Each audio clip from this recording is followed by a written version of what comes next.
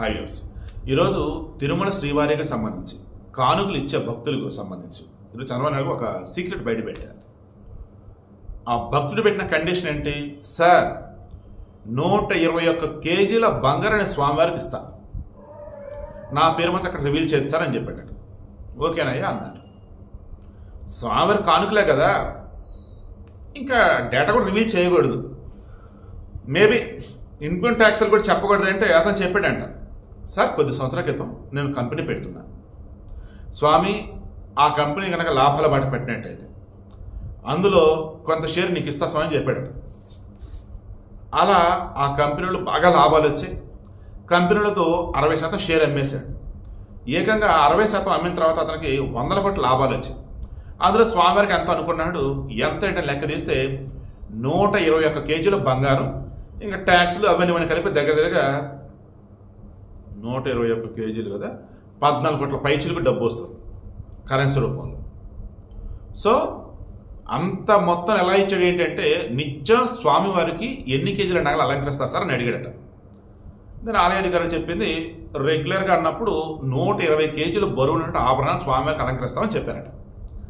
అయితే నేను ఇంకొక కేజీ ఎక్స్ట్రా ఇస్తాను సార్ అని చెప్పేసి మొత్తం 121 కేజీల బంగారాన్ని ఇచ్చారట. ఆభరణాల రూపాయలు ఇచ్చాడా, బిస్కెట్ల రూపాయలు ఇచ్చాడా, ఇది కూడా రివీల్ చేయాలి చంద్రబాబు గారు. ఒక మాట అన్నాడు, ఆ స్వామివారిని నమ్ముకుంటే కోరిన కోరికలు తీరుస్తాడు. ఇలా కోరిన కోరికలు తీర్చిన తర్వాత కొంతమంది స్వామివారికి ఇలా విరాళాలు ఇస్తూ ఉంటారు, కానుకలు ఇస్తూ ఉంటారు. ఇంకొంతమంది స్వామివారి పేరు చెప్పి విద్యాదానం, అన్నదానం ఇవన్నీ చేస్తూ ఉంటారు. అంతిమంగా ఏం చెప్పాడంటే, ఒక మనిషికి దేవుడి మీద నమ్మకం ఉండాలి, చేసే పనిలో నీ ఫుల్ ఎఫర్ట్స్ పెట్టాలి.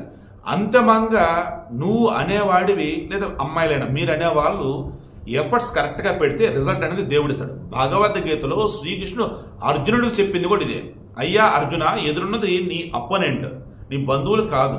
ఈ యుద్ధంలో నువ్వు వారిని గెలిస్తేనే రాజ్యం నీదేది, ఓడేవా వీర స్వర్గం.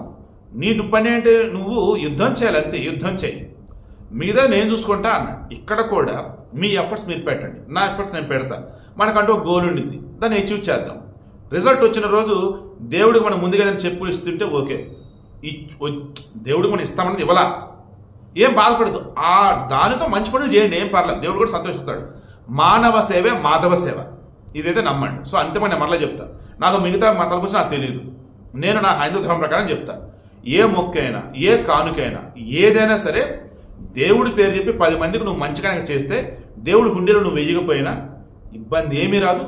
ఇంకా దానికి నువ్వు అనుకున్న దానికన్నా ఇంకా ఇంకా దేవుడు మంచిగా చేస్తాడు.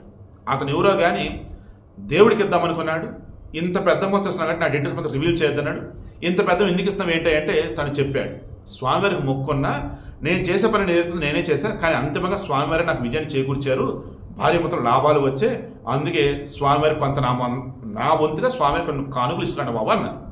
121 కేజీల బంగారం స్వామివారి రెగ్యులర్ పెట్టారని 1 కేజీ ఎక్స్ట్రా ఇచ్చాడు. ఇందాక వచ్చేసి ఏమన్నాను నేను, ఓరి దేవుడా, 10 గ్రాములు వచ్చి కదా, ఏది ₹1,00,000 ఇప్పుడు ఉంది, 100 గ్రాములు వచ్చేప్పుడు ఎంత, 10 లక్షలు, 1000 గ్రాములు అప్పుడు వచ్చే ఎంత, 1 కోటి. దెన్ అప్పుడు లెక్క తీస్తే ఇందాక నేను 10 గ్రాములు 100 గ్రాములు లెక్కటండి, సారీ అండి, 141 కోట్లండి. అక్షరాల అతను ఈరోజు స్వామివారికి చెల్లించింది 121 కోట్ల 121 కేజీల బంగారం అంటే మినిమంలో మినిమం ఆ ట్యాక్స్ రీట్యాక్స్లు అన్నీ కలగలిపి 141 కోట్లండి. చాలా ఎక్కువ మంది స్వామివారికి ఇచ్చేశాడు.